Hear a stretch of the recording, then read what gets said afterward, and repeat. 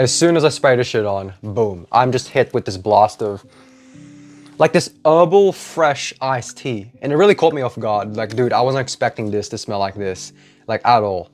I was expecting something more dark, dank, spicy and rich, much more heavy, but no, it's like this really light, pleasant, effervescent herbal iced tea smell.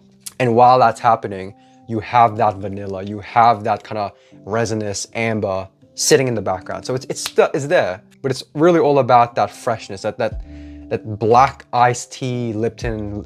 It's so weird, man.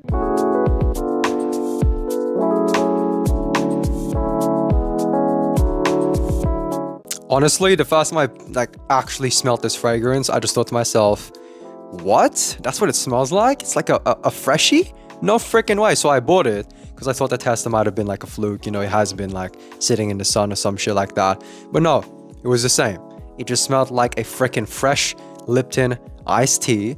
And I was like, what's going on here? What happened to that? But no. Like, as time has went on, I've actually learned to really, really love it. And it has changed. You know, I've started, you know, my nose has adapted to kind of like the nuances of the fragrance. And this can happen, you know, like during the time when I first smelled it, my nose was a bit like worn out. You know, I had been smelling a fuck ton of fragrances, but here we are. Snap back to reality. We are here. You know, when you've done simple well, you've done really, really well. That's a quote from The Fragrance Apprentice. You know, he talks about a lot of fragrances where if it's just so simple and so basic, yet it's executed so freaking perfectly, like this. This is, I mean, so many people are turned off by this, just of how basic it is. But I freaking love it.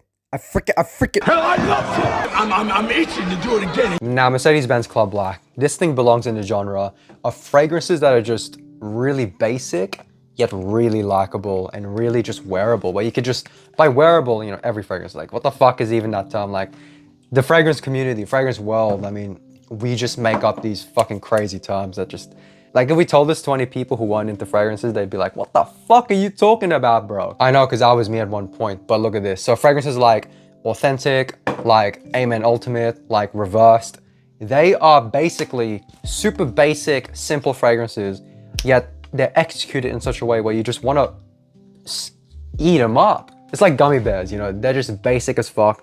Not much flavor profile, but they're just very simple and just, you just want to eat it all, like over and over again. I don't know, that's just me. But Mercedes-Benz Club Black, it is a very simple vanilla gourmand that has some darkness, but it also has that kind of appeal at the opening where it's like that fresh iced tea thing going on.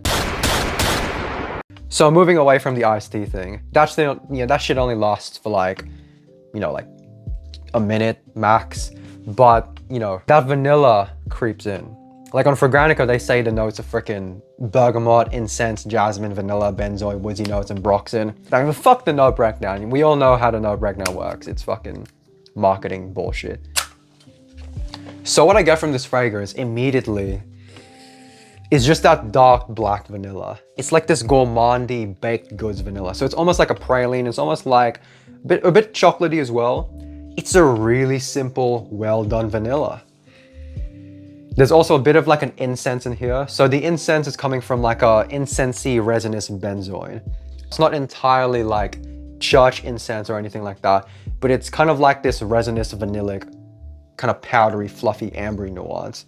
So it adds texture, it adds darkness, it adds that kind of soft edge to this fragrance. Because this fragrance in itself, it comes across really soft, really rich at the same time, and just genuinely sweet. And this is one of the reasons I love this thing so much. You know, as a fragrance critic, I gotta give you everything about, you know, what I get from it. You come to this video exactly for what you get from my brain, because you can only get it from my brain. So what does Rivera Edge have to say about this? This is just one of the most, it's just such a nice fragrance. And you know, sometimes we just need something that is just nice. It is just a smooth, dark vanilla that isn't overly complicated and is just very, very linear and basic, but done so in such a way that is really well executed, and it makes me happy.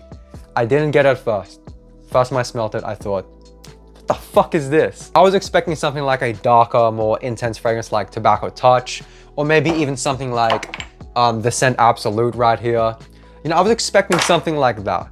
But I didn't get that. And it's crazy how much your expectations, you know, going into something will really influence how you feel about something. You know, that's some basic shit, but I mean, it's so true. All right, now what about Parfums de Marly Althea? A lot of people are fucking comparing this fragrance to Althea. And fun fact, most people don't know this, but yes, this fragrance did come first.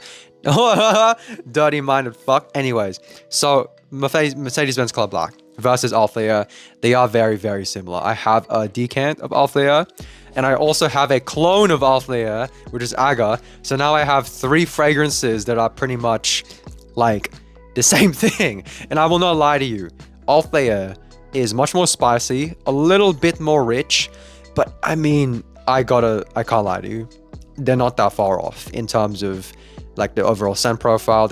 It's weird. I don't know what they did here.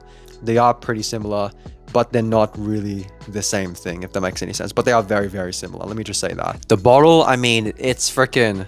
What do I have to say about the bottle? I think the bottle looks fucking... Like, what the fuck is this? People say it looks like a TV remote.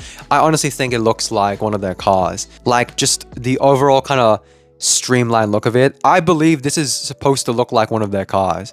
Or like some kind of penguin or some shit. But doesn't that look like one of their cars, man? Come on, man. Like, let's be real here. It looks like it. Please tell me it looks like it. Validate my opinions, man.